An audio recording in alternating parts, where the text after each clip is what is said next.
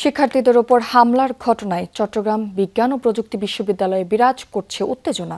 Football খেলায় বাকবিতণ্ডার জেরে সংঘবদ্ধ এক গ্রুপের মারধরের ঘটনায় আতঙ্কে সাধারণ শিক্ষার্থীরা।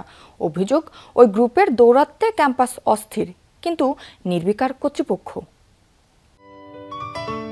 সিলন টি রপ্তানিতে শীর্ষে।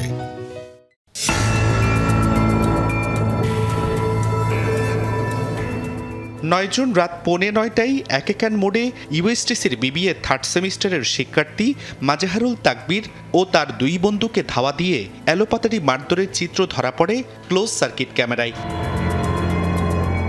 আক্রান্তদের দাবি, হামলাকারীরা একই বিভাগের অন্যান্য সেমিস্টারের শিক্ষার্থী। মারধরে বেশ আহত হন তাকবীর। ফুটবল খেলায় বাকবিতণ্ডার জেরে এই ঘটনা। ফার্স্ট আজমাইন ও আমাকে মুখে একটা থাপ্পড় মারছে, থাপ্পড় মেরে বলতেছে তুই কার দিকে তাকাচ্ছ চোখ গরম করে। এরপর যখন আমি আবার তাকাইছি, আমার ফার্স্টে চোখে হিট করছে। চোখে হিট করার পর আই ওয়াজ টোটালি ব্ল্যাঙ্ক, আমি চোখে কিছু দেখতেছিলাম না।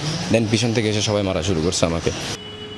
আহত শিক্ষার্থীর সহপাঠী ও অন্যান্য সাধারণ শিক্ষার্থীদের অভিযোগ, ইউএসটিসি ক্যাম্পাসে রীতিমতো আতঙ্ক সৃষ্টি করে রেখেছে হামলাকারীদের একটি চক্র।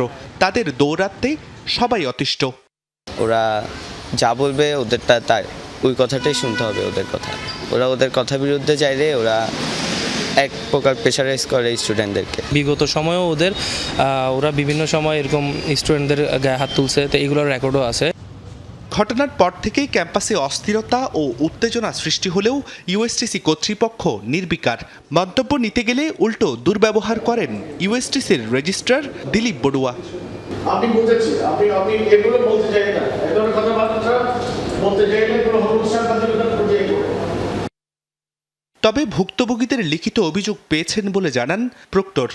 এই ধরনের ছাত্রদের উচ্ছৃঙ্খল আচরণের জন্য কি ধরনের ব্যবস্থাগুলো আছে, সেখানে একেবারে আপনার শোকজ থেকে সাসপেনশন থেকে শুরু করে রাস্টিকেশন পর্যন্ত সবই আছে।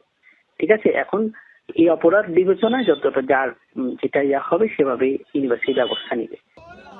গত মঙ্গলবার ইউএসটিসি মাঠে আন্তঃবিভাগীয় ফুটবল ম্যাচে বাকবিতণ্ডা থেকে ঘটনার সূত্রপাত।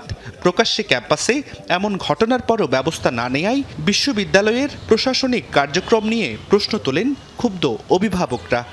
আমরা চাই যে এখানে একটা সুষ্ঠু শিক্ষার পরিবেশ বজায় থাকুক এবং প্রতিটা গার্ডিয়ান তার সন্তানকে নির্ভাবনায় ভয়হীনভাবে যেন ক্যাম্পাসে পাঠায় এবং সে পড়ালেখা শেষ করে ঘরে ফিরে যেতে পারে। জুবাইর রিফাত, যমুনা নিউজ, চট্টগ্রাম।